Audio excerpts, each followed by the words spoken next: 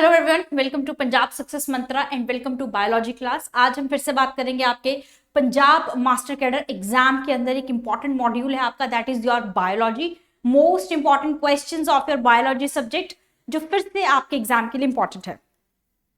हर बार की तरह जैसे डेली हम किसी न किसी सेशन के बारे में बात करते हैं, आज भी हम बात करेंगे आपके कुछ इंपॉर्टेंट क्वेश्चंस है again from a new topic.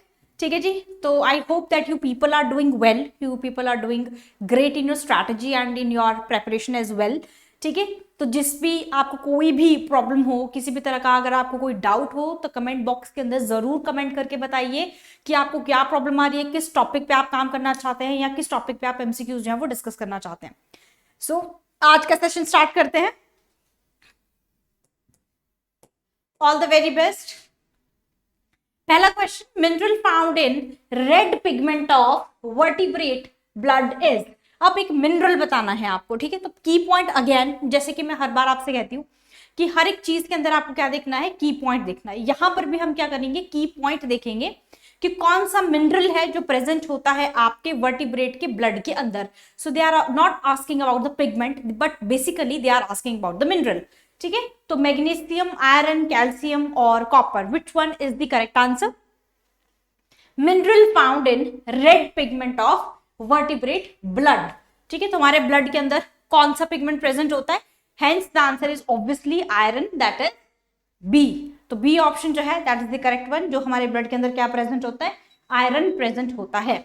ठीक है जी, next question, lymph differ from blood in possessing. This is the most important question, repeated question asked so many time in so many questions paper की आपको हर एक question के अंदर आपको ये जरूर पूछा होता है कि लिम्फ और ब्लड के बीच में क्या डिफरेंस है या सीरम और ब्लड के बीच में क्या डिफरेंस है। तो इसमें क्या होता है कि कुछ ऐसे की पॉइंट्स होते हैं, दे आर बेसिकली लैकिंग, तो हमें वो बताना है यहाँ पर। तो लिम्फ जो है it is different from blood in possessing RBC, sorry WBC, more RBC and WBC, more RBC, few WBC या more WBC and few RBC या only WBC। तो lymph जो है it is different from because it is having only the WBC। तो lymph जो होता है वो basically कैसा होता है? lymph जो है that is usually colorless। ठीक है, colorless का मतलब है कि इसके अंदर कोई कलर नहीं प्रेजेंट है। कलर नहीं है इसका मतलब यहाँ पर रेड कलर जो ब्लड का होता है, आरबीसीज जो है they are red in colour due to the presence of haemoglobin. तो कलरलेस है, इट मींस कि आरबीसीज जो होंगे वो यहाँ पर एब्सेंट होंगे। Hence the answer is only one, that is only WBC। Next question, histamine secreting cells are found in. तो हिस्टामिन क्या है आपका? एक सबसे पहली बात तो ये है कि this is the anti allergic pigment है जो प्रेजेंट होता है हमारे सेल्स के अंदर। तो ये सेल्स जो है दे आर फाउंड इन, कहां पर मिलता है आपको आपका हिस्टामिन? सबसे पहले connective tissue, lungs, muscular tissue या नर्वस टिश्यू, कहां पर मिलता है आपको हिस्टामिन? ठीक है, तो answer is your obviously A, that is connecting tissues. Histamine कहां होता है आपका? ब्लड के अंदर जो आपके आरबीसीज या WBCs हैं वो कैसे होते हैं आपके? Granulocytes and A granulocytes. वहां पर आपके क्या आते हैं? इओसिनोफिल्स, बेसोफिल्स और आपके न्यूट्रोफिल्स, या फिर दूसरी तरफ आपके मोनोसाइट्स और लिम्फोसाइट्स। ये सारे सेल्स जो है they helps into the pathogen fighting. तो WBC के अंदर आपके हिस्टामिन जो है they are released and basically they are into the blood, और ब्लड क्या है आपका? एक connective tissue. Hence the answer is option number A. Next question, removal of calcium from freshly collected blood would. ठीक है, अगर मैं फ्रेशली कलेक्टेड ब्लड से किसका रिमूवल कर दूं? कैल्शियम का, तो उससे क्या होगा? Cause delayed clotting, prevent clotting, cause immediate clotting या प्रिवेंट डिस्ट्रक्शन ऑफ हीमोग्लोबिन। क्या होगा अगर मैं आपके ब्लड से सैंपल जो है, मैंने फ्रेशली कलेक्ट सैंपल लिया है ब्लड का, उसके अंदर से मैं कैल्शियम को रिमूव कर दूं, हटा दूं, तो फिर उसका आंसर क्या, उसमें क्या होगा? उसमें क्लॉटिंग नहीं हो पाएगी। ठीक है, या फिर थोड़ी देर से होगी, या एकदम से क्लॉटिंग हो जाएगी, या ये बचाएगा आपके हीमोग्लोबिन के डिस्ट्रक्शन को। Hence answer is option number B, that is it prevent clotting. ये क्लॉटिंग को होने से बचाएगा। Hence answer is option number B. Next, haemophilia is. ठीक है, this is from your NCERT. NCERT से आपको क्वेश्चन पूछा गया है, that is your genetic disorders या क्रोमोसोमल डिसऑर्डर्स, आपके ये बहुत सारे रिसेसिव एक्स रिलेटेड, ठीक है, आपके जो एक्स लिंक्ड रिसेसिव डिसऑर्डर्स हैं या सेक्स लिंक्ड आपके डिसऑर्डर्स हैं, वहां से आपको ये क्वेश्चन है कि हीमोफीलिया क्या है, एक रॉयल डिजीज है या फिर ये एक फॉल्टी ब्लड क्लॉटिंग है या बोथ ए एंड बी और मस्किटो हैविंग हीमोसील। इसका आंसर क्या होगा? That is haemophilia. तो हीमोफीलिया जो हम यूजुअली पढ़ते हैं, हमने कैरियर में देखा कि फीमेल ज्यादा कैरियर होती है या मेल ज्यादा कैरियर होते हैं। इस तरीके से भी आपको इसके अंदर क्वेश्चन आ सकता है, क्योंकि मास्टर कैडर है ऑब्वियसली। यू फिर से कह रही हूँ कि आप मास्टर कैडर के अंदर जो है, जब भी आपको कोई एग्जाम होता है आप उसको लाइटली नहीं ले सकते, स्पेशली जब आपका एग्जाम कंडक्ट करवाया जा रहा बॉडी वो उसको बहुत सीरियसली लेती है। हर बॉडी जो एग्जाम कंडक्ट करवाती है वो हर अपने एग्जाम को बहुत ही ज्यादा एक लेवल पर लेकर जाते हैं, ठीक है। तो ये सोचना कि मास्टर कैडर तो सिंपल एनसीईआरटी से हो जाएगा या एक दो रेफरेंसेस उठाए तो हो जाएगा, ऐसा नहीं होता है। जब तक आपके कंसेप्ट क्लियर नहीं होंगे, आपको चीजें बिल्कुल डेप्थ में समझ नहीं आएगी कि इसका रूट कॉज क्या है, तब तक आपको बायो क्या आपको कोई भी सब्जेक्ट नहीं आता है। तो ऑब्वियसली जब हम किसी चीज को, जो चीज हमें समझ आ जाती है तो वो याद रखनी इंपॉर्टेंट होती है, लेकिन वो ऑटोमेटिकली याद हो जाती है, फिर उसको याद करने की जरूरत नहीं पड़ती। तो you have to do same with your biology subject. Hence, the hemophilia is basically both A and B. It's a royal disease and but it's a faulty blood clotting as well. तो अगर मैं इसका nature की बात करूं तो ये क्या है आपका faulty blood clotting है। Answer is C, both A and B. Next question. A person with blood group A requires blood. The blood group which can be given is. अगर A ब्लड ग्रुप का person है तो उसको कौन कौन सा blood group दिया जा सकता है? A and B, A and AB, A and O, AB, AB and O। तो A किसी को ब्लड ग्रुप चाहिए तो उसको कौन कौन अपना ब्लड जो है वो डोनेट कर सकता है, ठीक है। तो ये आपका कहां से क्वेश्चन है? ब्लड ग्रुप से क्वेश्चन है। Hence the answer is C, that is A and O। एक तो A और O क्यों? क्योंकि इट इज यूनिवर्सल डोनर, ये यूनिवर्सल डोनर है। Hence the answer is C, that is A and O. Next is which one engulfs pathogens rapidly? इसमें से कौन सा जो है वो पैथोजेंस को एकदम से क्या कर लेता है? एनगल्फ कर लेता है। एसिडोफिल्स, मोनोसाइट्स, बेसोफिल्स या न्यूट्रोफिल्स। तो इसमें रैपिडली पूछा है, यानी जल्दी एक्टिवेट जो होंगे आपके, बेसिकली वही आपके पैथोजेंस को एनगल्फ करेंगे। एनगल्फ का मतलब क्या है? ऑब्वियसली आपकी क्या है? WBC है। अमीबॉइड इनकी मूवमेंट होती है, तो अगर आपको मूवमेंट पे भी क्वेश्चन आए तो आपको ये पूछ सकते हैं कि आपके बॉडी के अंदर कौन से सेल्स की मूवमेंट होती है, वो अमीबॉइड होती है। Hence the answer is your WBC और your lymphocytes basically. Hence the answer is your D, that is neutrophil. तो न्यूट्रोफिल जो है इनका काम, they are the most activated cells है। मोनोसाइट्स एंड लिम्फोसाइट्स, सॉरी आपके मोनोसाइट्स एंड न्यूट्रोफिल्स। न्यूट्रोफिल्स जो होते हैं they are neutral in nature and they engulf the pathogens, बहुत जल्दी वो एनगल्फ कर लेते हैं। Hence the answer is option number D, that is neutrophil. Next, characteristics of smooth muscle fibres are, ठीक है। तो ये जो क्वेश्चंस है they are from your structural organisation of animals, ठीक है। ये आपका एनसीईआरटी का टॉपिक है, बट हमने इसको थोड़ा सा क्या किया है, इसके फीचर्स के साथ साथ थोड़ा डेप्थ में, ताकि आपको चीजें अगर क्वेश्चन कहीं से भी आए तो you are able to solve it, ठीक है। सो पहली स्टेटमेंट है कि जो स्मूथ मसल फाइबर्स होते हैं वो स्पिंडल शेप होते हैं, अनब्रांच्ड होते हैं, अनस्ट्राइएटेड है, यूनिन्यूक्लिएट है और इनवॉलंटरी है। Spindle shaped, unbranched, unstriped, multinucleated और इनवॉलंटरी है। सिलिंड्रिकल, अनब्रांच्ड, अनस्ट्रिप्ड, मल्टीन्यूक्लिएट और इनवॉलंटरी, या cylindrical, unbranched, unstriated, multinucleated or voluntary. So these are from the general features of your smooth muscle fibers. ठीक है, तो इसका क्या आंसर बनेगा? सबसे पहली बात तो ये है कि जो स्मूथ मसल्स होते हैं they are involuntary in nature. तो सबसे पहले जो वॉलंटरी वाला अगर कोई है तो उसको आप क्या कर सकते हो? खत्म कर सकते हैं, ठीक है जी। उसके बाद अब वो यूनिन्यूक्लिएट है या मल्टीन्यूक्लिएट है वो देखना है। अब दोनों में क्या है? स्पिंडल शेप है या नहीं है। अब ये देखो अनब्रांच्ड है या ब्रांच्ड है। अब दोनों ऑप्शन में क्या है आपका? अनब्रांच्ड है। अब आपको ये देखना है कि वो सिलिंड्रिकल है या फिर वो स्पिंडल शेप है। एक ये, एक आपका यहाँ पर फर्क है। दूसरा फर्क है आपका मल्टी और यूनिन्यूक्लिएट के अंदर, कि इसमें से या तो वो एक सेल से बना होता है, सॉरी एक न्यूक्लियस होता है उनके अंदर, या फिर बहुत सारे। Hence answer is A, that is कि वो कैसा होता है? यूनिन्यूक्लिएट, एक ही न्यूक्लियस उनके अंदर होता है। They are obviously spindle shaped. Smooth muscles ऐसे नहीं होते। This is the structure of your smooth muscles. This is your nucleus and this is your smooth muscles. Hence, it is uninucleate and it is spindle shape. Answer is A. Next, brush border is characteristic of, किसका brush border जो है वो characteristic है? Neck of nephron, collecting tube या proximal convolutive tube यानी PCT, and these all are from your section that is kidney और excretory system और excretory organ that is kidney. तो ब्रश बॉर्डर जो है वो किसका कैरेक्टरिस्टिक फीचर है? Hence the answer is option number C, that is PCT. और इसके अंदर क्या होती है आपकी? रीएब्जॉर्प्शन। ठीक है, इसके अंदर रीएब्जॉर्प्शन ऑफ न्यूट्रिएंट्स और आयनिक बैलेंस जो है इट टेक्स प्लेस, और ये हम पढ़ते हैं एक्सक्रीटरी सिस्टम के अंदर। तो हम एक्सक्रीटरी सिस्टम भी बहुत अच्छे से और बहुत आपको फाइन तरीके से कि आपको एनसीईआरटी का भी समझ आ जाए, वैसे भी जो उसमें टर्म्स यूज होती है तो आपको नोट्स के साथ साथ आपको वो भी क्लियर हो जाए। Next, blood group A B has, अब जो ब्लड ग्रुप ए बी होता है उसके पास क्या होता है? उसके पास कोई एंटीजन नहीं होता, उसके पास कोई एंटीबॉडी नहीं होती, ना उसके पास एंटीजन है ना एंटीबॉडी, या नो एंटीजन नो एंटीबॉडी। क्या आंसर जो है वो उसका करेक्ट होगा? Blood group A B has B, that is no antibody. इनके पास कोई एंटीबॉडी नहीं होता but they have antigen A and B.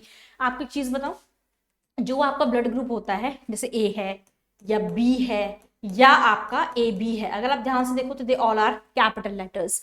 Antigen is always in the form of capital letters. ठीक है जी। और अब क्या बच गया? ओ। ठीक है, ओ कैपिटल लेटर है तो ओ कोई एंटीजन होता है? नो। इट मीन्स कि उसके पास कोई भी एंटीजन नहीं है बट एंटीबॉडीज है। वेयर एज ए बी के पास क्या होता है? कोई एंटीबॉडी नहीं होती लेकिन एंटीजन होता है, that is A and B. No antibody. सही स्टेटमेंट कौन सी है? No antibody. Blood group A B has no antibody, hence the answer is B. तो यहां से आप आइडिया लगा सकते हो, जो A antigen A blood group है उसके पास एंटीजन भी यही होता है। ठीक है, और बी के पास एंटीजन को हम हमेशा कैपिटल लेटर से लिखते हैं, और आप देखोगे तो जो आपकी ब्लड ग्रुप है वो भी कैपिटल लेटर ही है। बाकी रही बात पॉजिटिव और नेगेटिव की, तो दीज आर योर आरएच और Rhesus monkey factor. RH factor, Rhesus monkey factor भी इसको कहते हैं। और ओ जो है उसके पास क्या होती है? Antibodies, that is A and B, but कोई एंटीजन प्रेजेंट नहीं होता। तो वाइस वर्सा क्वेश्चन भी आपको आ सकता है। नेक्स्ट, और एंटीबॉडीज को हम हमेशा स्मॉल लेटर से डिनोट करते हैं। Component of blood responsible for producing antibodies is, तो एंटीबॉडीज कौन प्रोड्यूस करता है यहाँ पे? थ्रोम्बोसाइट्स, मोनोसाइट्स, एरिथ्रोसाइट्स या लिम्फोसाइट्स? एरिथ्रोसाइट्स को हम कहते हैं आरबीसीज। तो क्या आरबीसीज आपके एंटीबॉडीज करते हैं प्रोड्यूस, या फिर वो ऑक्सीजन सप्लाई में रिस्पॉन्सिबल होते हैं? ठीक है जी, तो जो आपके आरबीसीज ऑक्सीजन के लिए होता है। अब रही बात थ्रोम्बोसाइट्स की, तो they are called as platelets. ठीक है जी, तो ये प्लेटलेट्स है। तो क्या ये आपके एंटीबॉडीज को वो करते हैं? मोनोसाइट्स और lymphocytes, these are your WBCs। ठीक है जी। और लिम्फोसाइट्स जो होते हैं वो या तो आपके टी लिम्फोसाइट्स होते हैं या बी लिम्फोसाइट्स होते हैं। देखो टी और बी, इस लेवल तक आपको जब पढ़ना है तब आपको चीजें क्लियर हो गई। Monocytes are called as macro policeman of the blood. ठीक है, वहां पर सबसे पहले जो पहुंचते हैं मोनोसाइट्स, बैक्टीरियल के लिए होते हैं। और आपके जो बी लिम्फोसाइट्स होते हैं we call them as memory cells. इनको हम कहते हैं killer cells. They are killer cells और they are called as memory cells. तो दे हैव द मेमोरी। ठीक है, किसी भी आपकी कोई भी अगर बीमारी है बॉडी के अंदर तो दे हैव द मेमोरी, और बस वो क्या करते हैं फिर, वैसे आंसर भी इसका यही है डी, दैट इज लिम्फोसाइट्स। ये मेमोरी सेल्स क्या करते हैं, जब भी आपकी बॉडी के अंदर इन्फेक्शन होता है और आप एंटीबॉडीज लेते हो तो दे ऑलवेज रिमेंबर कि जब ये बीमारी हुई थी तो कौन सी एंटीबॉडी आई थी। तो ये क्या है, मेमोरी रखते हैं। ठीक है, अब क्या होगा जब दूसरी बार सेम चीज होगी या ऐसा कोई पैथोजन आएगा तो ये हमारे ब्लड को क्या देंगे, सिग्नल देंगे उसके प्लाज्मा के अंदर, और प्लाज्मा के अंदर एंटीबॉडीज होती हैं और उनको क्या करेंगे, सिग्नल देंगे कि वहां पर क्या प्रोड्यूस हो, किस तरह की एंटीबॉडीज फिर से प्रोड्यूस कर देंगे जो उसके अगेंस्ट थी।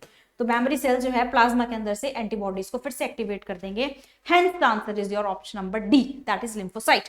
तो आपको इस लेवल तक पढ़ाई करनी है ताकि आपको कोई क्वेश्चन आ जाए, कंसेप्चुअल आ जाए तो you are able to solve it. ऐसे सॉल्व करना है, this is called as elimination method. Next, the genotype of B group, father of an O group child. ठीक है, the genotype of B group father, यानी कि father का जो group है वो क्या है, बी है, यानी उसके अंदर क्या होगा जी, IB एंड IB। और जो चाइल्ड है उसका ब्लड ग्रुप क्या है, O है, तो O is denoted by small I। ठीक है, this is your blood small I small I, ठीक है। तो genotype of blood group B group father of an O group child, group child का है, तो जीनोटाइप क्या बनेगा? Answer is your D, that is I not I B, क्योंकि एक तभी तो ओ बनेगा। इसका मतलब क्या है कि जो फादर है अगर सिंपल बी ग्रुप है, यानी कि जो फादर है उसका एलील जो बने है दैट इज योर, यहां पर आई नॉट है और यहां पर आई बी है, और दूसरी तरह होता है आपका आई बी एंड आई बी, ये कंप्लीट बी हो तो फिर बच्चे का जो ब्लड ग्रुप होगा वो कुछ और होगा, जैसे बी ऐसा कुछ ब्लड ग्रुप होता है। बट अगर ओ है तो फादर या मदर किसी के भी ब्लड ग्रुप में कहीं ना कहीं आपका ये वाला एलील है small i, that is called as, या फिर i not, this represents your blood group O. तो यानी कि एक जो जीनोटाइप, एक एलील जो है वो आपका आई नॉट है और एक आपका बी जो एज इट इज है। ऐसा कब होता है? जब चाइल्ड का जो ब्लड ग्रुप है वो ओ हो, सिर्फ ओ। मान लो आपको मदर पे क्वेश्चन आ जाए कि मदर का क्या ग्रुप होगा, अगर आपका यहां पर क्या प्रेजेंट है, मदर पे भी अगर ये क्वेश्चन होता कि जीनोटाइप क्या बनेगा, A group mother of an O group child, तो अगर ये कह रहा है कि मदर का जो ग्रुप है वो ए है और चाइल्ड का जो ग्रुप है वो ओ है, तो फिर क्या बनता? तो फिर आपका बनता है यहां पर आई नॉट आई ए, क्योंकि एक जो है वो ओ को रिप्रेजेंट कर रहा और एक ए, ठीक है जी। ऐसा होता है, मतलब कि मदर फादर में से किसी का भी हो सकता है कि ब्लड ग्रुप जो है वो कहीं ना कहीं आई नॉट है तभी ओ है। अगर ये ओ ना होता और यहां पर आपको पूछा होता, ठीक है, ए ब्लड ग्रुप है और चाइल्ड का जो ब्लड ग्रुप है वो भी ए है, तब क्या बनता है? तब बनता है ये आई ए, क्योंकि बच्चे में भी कौन सा ब्लड ग्रुप क्या है? वही गया, that is I A and I A, hence the answer is फिर ये वाला होता। लेकिन ब्लड ग्रुप क्या है यहाँ पर गिवन बच्चे का? ओ, तो ओ ब्लड ग्रुप में हमेशा कोई एक आई नॉट होगा और एक आई बी होगा, hence answer is option number D. Next question, a man with blood group ए, ठीक है, एक मैन है यानी कि मेल है, उसकी शादी हो जाती है, ग्रुप है उसका ए, और जिस लड़की से उसकी शादी होती है उसका ब्लड ग्रुप जो है वो ए बी है। Which type of progeny indicate that the man is not homozygous? तो इसमें से कौन से प्रोजेनी इंडिकेट करेगी जो मैन है वो सेम उसका नहीं है? ब्लड ग्रुप क्या बने? ए बी, बी ए या फिर O? This question is from your inheritance characters जो है और principles of inheritance and variations, वहां से आपको क्वेश्चन है ब्लड ग्रुप का, ठीक है जी। Hence answer is B. तो बी नहीं होगा, ए तो होगा ना। अब जो ब्लड ग्रुप बच्चे का बनेगा या तो वो ए होगा या वो ए बी होगा, ठीक है।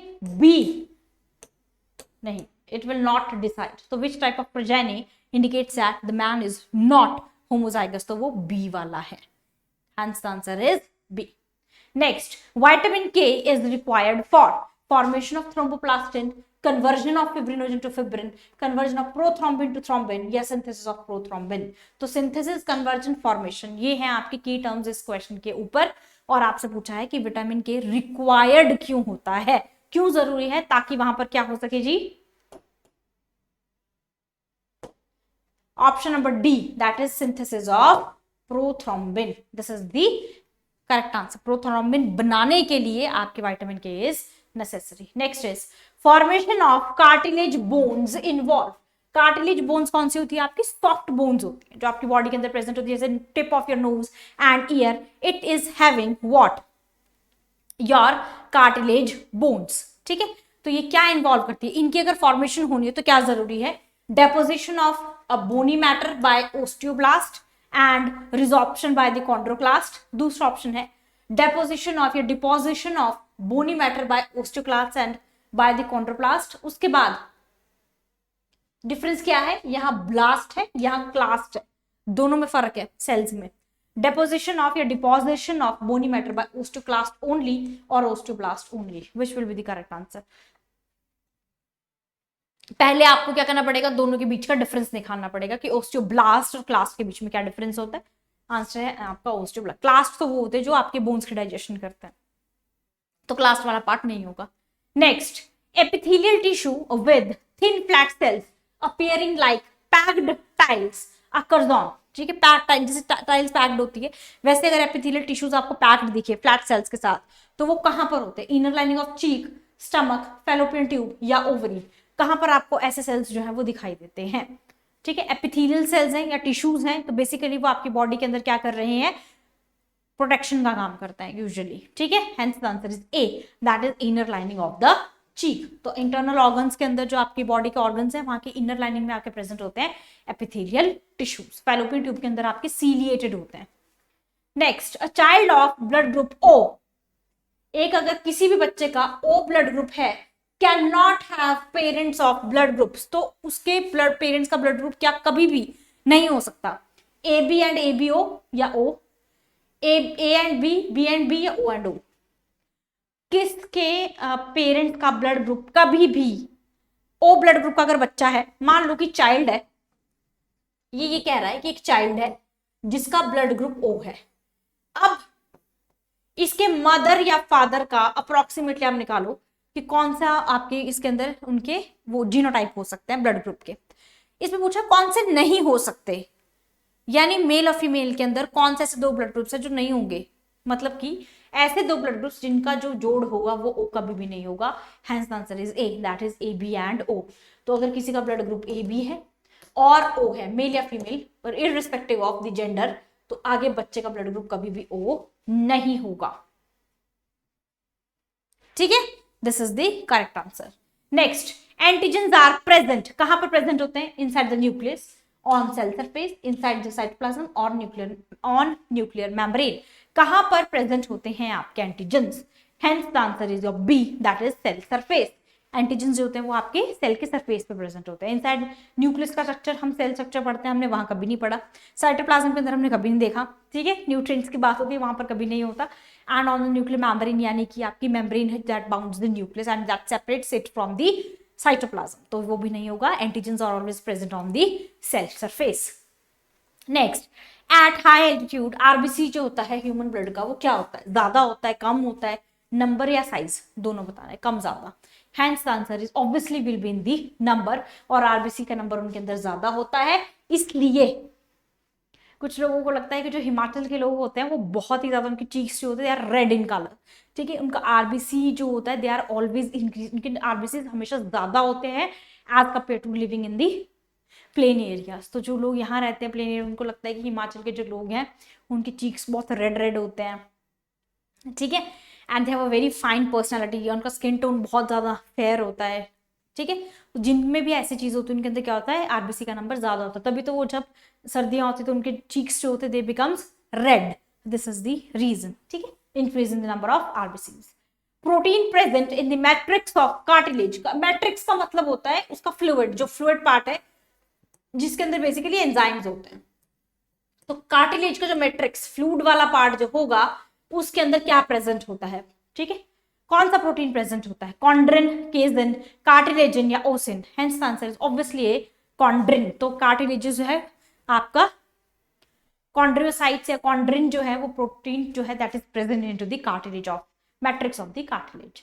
Next, basement membrane is made up of, basement membrane का मतलब होता है एक ये मेम्ब्रेन है, दूसरी ये है, इसके बीच में जो मेम्ब्रेन होगी this is called as basement membrane, कि जो बेस में प्रेजेंट होते हैं दोनों के, that is called as basement membrane. ऐसे भी हो सकता है और ऐसे भी हो सकता है, मतलब जो मेम्ब्रेन बेस बनाएगी किसी का वो क्या होगा, वो किससे बनी होती है, एपिडर्मल सेल्स, एंडोडर्मल सेल्स, दोनों से हो सकता है, no cell at all but is a product of epithelial cells. तो बेसमेंट मेम्ब्रेन जो है वो किससे बनी होती है, किसी सेल से नहीं, बट ये एपिथेलियल सेल्स का प्रोडक्ट होती है। तो एज सच कोई सेल्स नहीं होते, वो एपिथेलियल सेल्स का आगे बाय प्रोडक्ट होता है। Next, Nissl granules of nerve cells are made up of, तो नीजल नर्व सेल के जो नीजल ग्रैन्यूल्स है वो किससे बने, ribosomes, proteins, DNA, RNA. Answer is your A, that is ribosomes, ठीक है। राइबोसोम्स क्या बनाते हैं, आपके प्रोटीन्स बनाते हैं, प्रोटीन फैक्ट्रीज, और इंजन भी बोलते हैं, इंजन ऑफ प्रोटीन्स भी कहते हैं, और इंजन ऑफ द सेल कहते हैं ribosomes. Next, which of the following is a granulocyte, a granulocyte है दैट इज नो ग्रैन्यूल्स और नो ग्रैन्युलेटेड स्ट्रक्चर। तो ये है आपका ब्लड से question, that is from your, obviously options देख के तो ऐसा लगता है कि दे आर टॉकिंग अबाउट डब्ल्यूबीसीज, है ना। तो डब्ल्यूबीसी में कौन सा ए ग्रैन्युलोसाइट है, that is lymphocyte, eosinophil, basophil या न्यूट्रोफिल। अब अगर आप देखोगे ना तो ये तीनों की तीनों एक ही जगह प्लेस होते हैं, this is from monocyte, answer is your A, that is lymphocyte. This is from your A granulocytes. और ये जो तीनों की तीनों है, they are from your granulated forms or granulocytes. This is the correct answer. और ये सब करते हैं हम आरबीसी के अंदर, WBC के अंदर ब्लड जब करते हैं वहां पर हम सारी चीजें करते हैं। WBC का लाइफ स्पैन कितना होता है? आरबीसी का तो सबको पता है 120 डेज, ठीक है, बट यहां पर आपसे पूछा गया है 4 मंथ्स भी लिखा होता है, सेम ही मतलब होता है। Life span of human WBC जो होते हैं, they are from your less than 10 days. More than 4 months, no, it is less than 10 days, इनका ये लाइफ स्पैन होता है। मैमल्स के अंदर histamine is secreted by, histamine कौन सिक्रेट करता है? फिब्रोब्लास्ट, हिस्टोसाइट्स, लिम्फोसाइट्स या मास्ट सेल। तो हमारी बॉडी के अंदर जो होता है, मैमल्स के अंदर usually there is a mast cells जो आपके क्या सिक्रेट करते हैं? एंटी एलर्जिक आपके amino acids, that is your pigments, that is histamine. Next, which of the following is not exclusively supplied with involuntary muscles? अब involuntary है तो आपके पास दो ही आने चाहिए, या तो स्मूथ है या फिर आपके कार्डियक है। नॉट एक्सक्लूसिवली सप्लाइड, नहीं सप्लाई किए जाते। Muscle sports of blood vessels, muscles of ducts of glands, muscles of iris या muscles of urethra. Not exclusively supplied मतलब वहां पर आपकी इनवॉलंटरी मसल्स जो है वो वहां पर प्रेजेंट नहीं होती। कहां नहीं होती? Answer is your B, that is ducts of glands. यहां पर आपकी स्मूथ मसल्स जो होती हैं, सॉरी, आपकी इनवॉलंटरी मसल्स जो होती है वो प्रेजेंट नहीं होती। Next, the functional unit of contractile system in striated muscle. तो यूनिट कॉन्ट्रैक्ट की बतानी है, स्ट्राइएटेड है। स्ट्राइएटेड है तो दो दिमाग में आनी चाहिए, या तो स्केलेटल की बात कर रहा है, ठीक है, या फिर वो कार्डियक की बात कर रहा है। तो दोनों के अंदर फंक्शनल यूनिट क्या है? मायोफाइब्रिन, सार्कोमियर, जेड लाइन या क्रॉसब्रिज, यानी कि it is talking about skeletal. Option से देखकर साफ पता चलता है कि it is not talking about cardiac. अब और ज्यादा क्लियर हो गया कि स्केलेटल सिस्टम की बात कर रहा है। और यहां पर आपको बताना है कि जो आपकी स्केलेटल मसल्स, यानी जो मसल्स आपकी बोन्स के साथ कनेक्टेड होती है, उनका फंक्शनल यूनिट क्या है, क्या फंक्शनल होना उनके अंदर बहुत ज्यादा जरूरी होता है। जेड लाइन कॉन्ट्रैक्ट रिलैक्स के क्रॉस ब्रिज एक्टिन मायोसिन के बीच में बनता है। सार्कोमियर जो है वो भी आपका पिगमेंट है। And next one is your myofibril, जो कि आपके बने होते हैं myofilaments that they actually made the muscle system, ये skeletal muscles. Hence the answer is B, that is sarcomere. Sarcomere जो है अगर वो प्रेजेंट नहीं होगा तो मसल्स जो है वो कॉन्ट्रैक्ट रिलैक्स नहीं करेगी। तो कॉन्ट्रैक्टाइल सिस्टम में sarcomere is the important one. Haemoglobin क्या है? कार्बोहाइड्रेट, विटामिन, स्किन पिगमेंट या रेस्पिरेटरी पिगमेंट? बहुत easy, that is respiratory pigment. क्यों? क्योंकि haemoglobin always bind with oxygen forming the oxy haemoglobin, और हीमोग्लोबिन की बाइंडिंग कैपेसिटी ऑक्सीजन या कार्बन डाइऑक्साइड के ऊपर डिपेंड करती है उनकी कॉन्सेंट्रेशन इनटू द बॉडी। यानी कि आपकी लंग्स के अंदर कितना रेस्पिरेटरी सिस्टम वर्क कर रहा है, आपकी वाइटल कैपेसिटी देखिए, टाइडल वॉल्यूम देखा जाता है आपके, उस हिसाब से the binding of haemoglobin with the oxygen और carbon dioxide depends. But basically होता क्या है, ये रेस्पिरेटरी पिगमेंट है जो किसको लेकर जाता है? ऑक्सीजन को, ठीक है। What is the principal cation in the plasma of the blood? तो प्रिंसिपल कैटायन पूछा है प्लाज्मा के अंदर, ब्लड का जो प्लाज्मा है उसके अंदर कैटायन कौन सा है? Magnesium, sodium, potassium, calcium. Answer is B, that is sodium. Blood में क्या होता है? सोडियम प्रेजेंट होता है। This is your cation. Anion नहीं पूछा, कैटायन पूछा है। Next, the blood group with antibody A and B is. अब देखो स्मॉल एंटीबॉडी है ए बी, पीछे मैं आपको बता चुकी थी कि अगर एंटीबॉडी है तो वो हमेशा स्मॉल लेटर से लिखा जाएगा, और यहां पर आपका स्मॉल लेटर में क्या होगा? ओ। बाकी क्योंकि इसके अंदर कौन सा एंटीबॉडी है? बी, सॉरी एंटीजन, और यहाँ पर ए एंटीजन है। इसके पास ए एंड बी दोनों एंटीजन है बट नो एंटीबॉडी, और इसके पास कोई एंटीजन नहीं है लेकिन एंटीबॉडीज दोनों प्रेजेंट है। Hence the answer is option number C. ठीक। Next is ligament is a. Ligament क्या है? Modified yellow elastic fibrous tissue, in elastic white fibrous tissue, modified white fibrous tissue या नन ऑफ द अबव।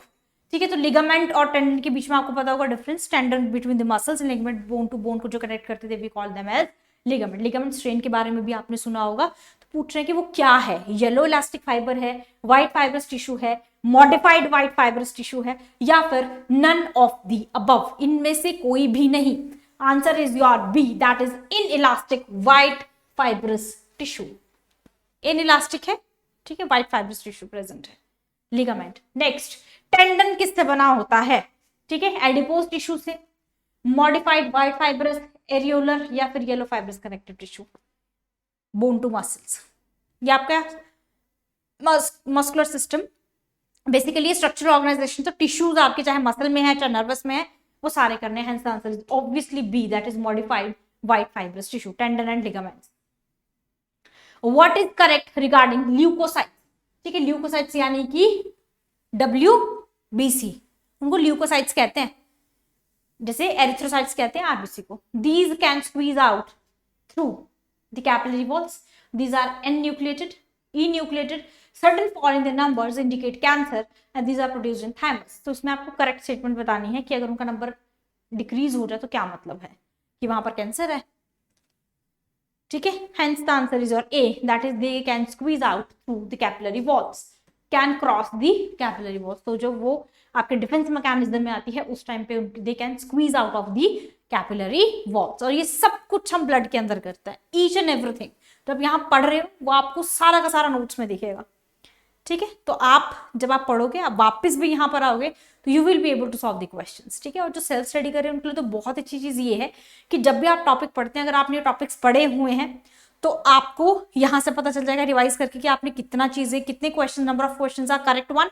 और अगर आप you are about to study तो आपको पता होगा कि अब आपको ये वाला टॉपिक किस लेवल तक करना है, दोनों चीजें, ठीक है। नेक्स्ट, चाइल्ड डेथ में अकर इन द मैरिज ऑफ। तो सुना होगा आपने कि कुछ ऐसे ब्लड ग्रुप्स होते हैं जो आपस में कंपैटिबल नहीं होते हैं, तो किसके केस में चाइल्ड की डेथ हो सकती है, यानी मिसकैरेजेस टाइप भी हो सकता है। RH पॉजिटिव वुमेन मैन, या पॉजिटिव नेगेटिव नेगेटिव नेगेटिव, या फिर नेगेटिव पॉजिटिव, किसके बीच में वुमेन मैन का भी फर्क पड़ता है। तो ये भी ध्यान रखना है कि मैन पॉजिटिव है या वुमेन नेगेटिव है, vice versa. Answer will be B, that is RH positive man, यानी कि सपोज करो B पॉजिटिव मैन है और B नेगेटिव फीमेल है, this is your male and this is your female. तो बच्चा जो होगा वो ऑब्वियसली बी होगा तो ब्लड ग्रुप बी, लेकिन पॉजिटिव होगा नेगेटिव, उस केस में उसकी डेथ हो जाएगी। आंसर इज योर बी, ठीक। Next, the polysaccharide present in the matrix of cartilage is. तो फिर से पॉलीसेकेराइड है, obviously the answer is chondroitin, ठीक है। कॉन्ड्रोइटिन जो है वो आपका एक पॉलीसेकेराइड है जो प्रेजेंट होता है in the matrix of your cartilage. Next, simple epithelium is a tissue in which cells are. Simple epithelium के अंदर सेल्स कैसे होते हैं, हार्डन और प्रोवाइड करते हैं support of to the organ, cemented होते हैं, हार्डन होते हैं, कॉन्टिन्यूस होते हैं, या लूजली कनेक्टेड होते हैं। सिंपल एपिथेलियम है, सबसे इंपॉर्टेंट एपिथेलिया है आपकी बॉडी के अंदर, जो कि आपकी बॉडी के अंदर maximum number of your body के टिश्यूज बनाते हैं, hence the simple epithelium. Epithelium आपके चार हैं, क्यूबॉइडल होते हैं, सिंपल क्यूबॉइडल, स्क्वैमस, ये कॉलमनर, सिलिएटेड, ग्रैन्युलर, ये सब आपके एपिथेलियम के अंदर आते हैं। Then comes your connective tissue, blood and muscles भी आते हैं, और मस्कुलर सिस्टम से अलग से भी आप पढ़ते हैं। उसके बाद आपके muscular tissues and then comes your nervous tissues. तो ये सारे के सारे टिश्यूज हैं, वो आपको करने हैं, they comes under the structural organisation of animals, hence the answer is B, that is they are cemented directly to one another to form a single layer. तो वो सिंगल लेयर बनाते हैं, hence the answer is your B, ठीक है जी। So that is all for today's session. I hope that you people are enjoying and you people are actually learning some new things from the sessions, ठीक है। फिर से कह रही हूँ, अगर आपको कोई टॉपिक चाहिए, आप चाहते हैं कि किसी टॉपिक पर डिस्कशन हो, या आप चाहते हैं कि किसी टॉपिक पे MCQs को करवाया जाए, या कोई टॉपिक पे आपको लगता है कि बहुत ज्यादा प्रॉब्लम आती है, इसके MCQs आप नहीं वो कर सकते, do let me know, I try कि मैं आपको वो टॉपिक्स जो है वो करवा सकूँ, topics in the sense in the form of your MCQs, ठीक है। बाकी सारी की सारी चीजें जो है वो हम आपको हमारे कोर्स के अंदर मिल जाएगी, ईच एंड एवरी लेक्चर मैंने हर एक चीज उसके अंदर डिफाइन की है, ठीक है। हर एक चीज जो है डेप्थ में है अकॉर्डिंग टू योर एग्जाम, ठीक है। जो आप ऑब्वियसली जो आपका एग्जाम का लेवल है उसको जस्टिफाई करना बहुत जरूरी है। एक एक टॉपिक को आपको वैसे करना पड़ेगा जैसे आपके एग्जाम के अंदर आता है, ठीक है। तो आप इसको लाइटली नहीं ले सकते। आपको सबसे इंपॉर्टेंट जो होता है वो प्लांट फिजियोलॉजी और एनिमल फिजियोलॉजी, ऑब्वियसली ये सारे चीजें जो इंपॉर्टेंट है, आपके सिलेबस के अंदर सब कुछ डिस्कस किया गया है कि कौन सी चीज आपको किस लेवल तक पढ़नी है, ठीक है। ऑब्वियसली मास्टर कैडर है तो 12th तक तो नहीं चलेगा, आपको ऑब्वियसली उससे क्या करना पड़ेगा, एक स्टेप या 2-3 स्टेप ऊपर जाना पड़ेगा, ताकि आपका जो है नीट नहीं करना है, लेकिन फिर भी एटलीस्ट जो आपका एग्जाम का पैटर्न है, PYQs देखिए, उनको जस्टिफाई, उनके साथ तो एटलीस्ट मैचिंग हो, ठीक है जी। तो ये करना है आपको, ठीक है जी। ओके, तो मिलते हैं नेक्स्ट सेशन के अंदर। Till then take care, bye bye, have a nice day.